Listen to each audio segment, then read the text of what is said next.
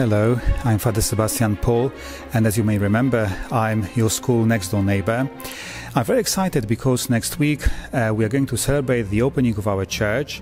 So from the 15th of June, from Monday next week, everyone is welcome to come along to our church and say his or her prayers.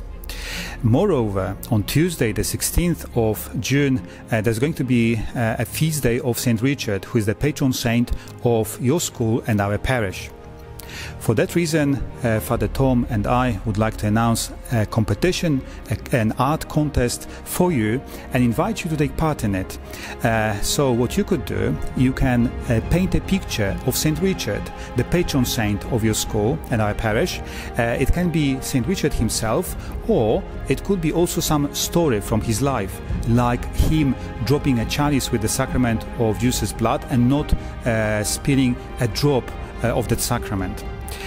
When you finish your work, you can take a picture and send it to our parish office email address or to Mr. James Field, and then we are going to create a gallery and also to give some prizes to the best works, to the authors of the best works.